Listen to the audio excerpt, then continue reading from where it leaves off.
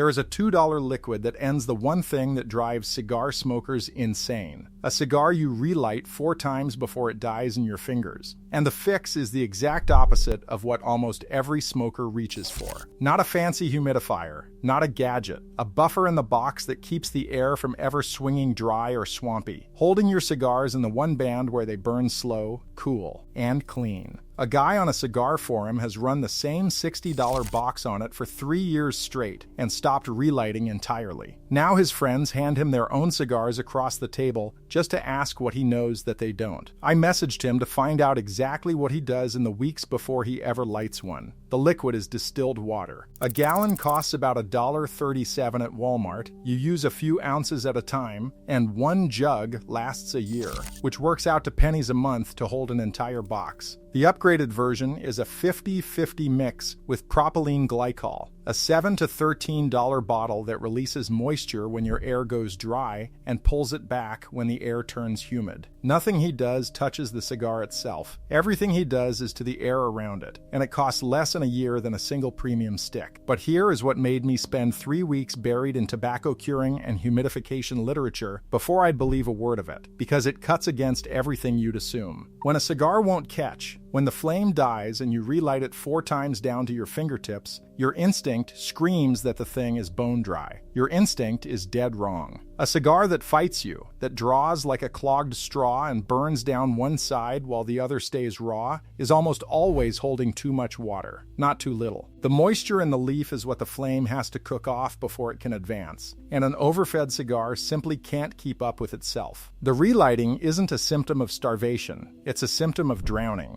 Read that twice, because it's the whole video. A cigar that won't stay lit is almost never too dry. It's too wet. Once you see that, you'll never blame the cigar, or reach for the lighter, the same way again. Here is why the liquid fixes the drowning instead of feeding it. Propylene glycol is hygroscopic, and the word matters more than it sounds. It doesn't just add water, it holds water at a target and trades in both directions, giving moisture up when the air inside the humidor dries out, and taking it back when the air gets too damp. This isn't folklore. Pull the Industrial Solvents Handbook the reference chemists actually keep on the shelf, and that two-way behavior is right there in the vapor pressure data. It's the same buffering that put PG inside the classic green humidification foams smokers have used for decades. Plain water only ever pushes humidity one direction. PG argues both ways. You are not wetting the cigar. You are putting a buffer in the box that argues with the air on your behalf, day and night. And here is the part I'm not proud of. For years I did the opposite of this and blamed everyone but myself. I followed the 70-70 rule, 70 degrees, 70%, like it was scripture, because every site I trusted repeated it. I'd read Holtz and the buying guides at Famous Smoke. I'd ordered enough from Atlantic Cigar to have the number burned into me. Cigar Advisor said 70. Everybody said 70. So I kept my box pinned at 70, sometimes higher, and I kept relighting, and I lost count of how many cigars I burned half of and stubbed out in disgust. Sure, I'd been sold a dud every single time. Not once did it occur to me that the most repeated number in the hobby was quietly drowning every cigar I owned. That number isn't ancient wisdom either. Go back far enough and the craft was finer than the slogan. Humidors have been lined with Spanish cedar for generations. Not for looks, but because the wood breathes with the tobacco and helps hold a steady moisture level. Manufacturers like La Aurora hold their aging rooms at a controlled humidity for months before a leaf is ever rolled, because they know leaf is a living, shifting thing. Serious smokers calibrated their hygrometers with a salt test and let a box settle for days before trusting it. All of that real knowledge got compressed, somewhere along the way, into 2 identical digits you could print on a box and never have to explain. The knowledge wasn't lost. It was just buried under a number that was easier to sell. And that easy number has a price tag for somebody. 70-70 survives because it's simple and memorable, not because it's optimal. But a beginner who keeps rebuying disposable humidity packs is worth far more to a shelf than one who fills an element with a $13 bottle once and forgets it for a year. 70-70 didn't survive because it works best. It survived because it sells fastest. Precision doesn't move product. A fat, friendly 70 on the box sells the next pack, and the next. The forum guy put it best. The day he stopped chasing 70 and started chasing an even burn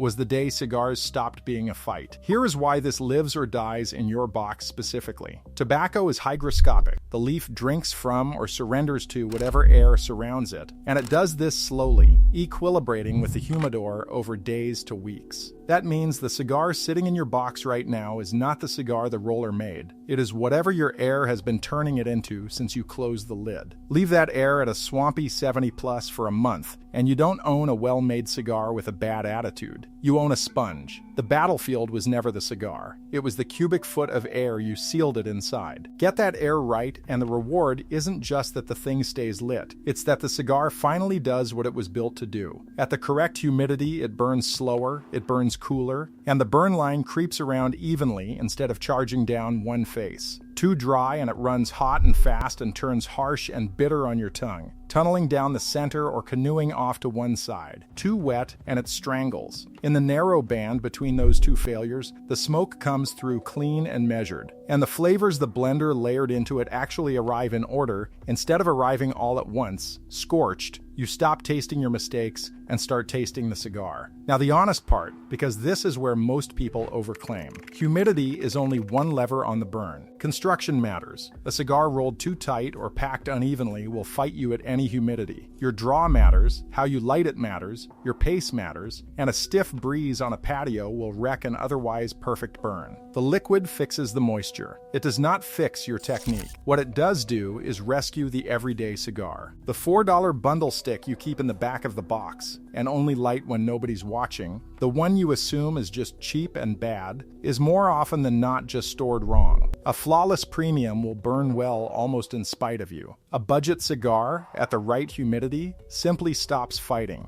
and that's where this trick earns its keep. Some of you are already thinking, if this were real, my grandfather would have known. He did. The old-timers ran lower, drier boxes, and never spent their evenings relighting, because the round 70 is the newer, lazier number, a marketing convenience that crept in and flattened older habits. The men who smoked for 50 years weren't measuring anything to a decimal. They just kept their cigars on the dry side of comfortable and let them be. The wisdom you're being sold as a precise rule is a watered-down copy of what they already did by feel. And if you're the smoker who's quietly decided you're just bad at this, that everyone else can keep a cigar lit and you can't, this one is particularly for you. It was never your hands. It was the air. Let me tell you exactly what I did to test this, because I didn't believe a word of it until I'd watched it happen on my own coffee table. I took one cigar out of my swampy 70-plus box and smoked it cold, no changes, and it was the same miserable experience I'd blamed on bad luck for years. Tight draw. Lit it, lost it, relit it. It tunneled down one side while the wrapper on the other side sat there raw and unburnt, and by the halfway point, it had gone flat and harsh, in a way no good cigar should. Then I did the boring work. It was the forum guy who'd told me the boring work was the whole job.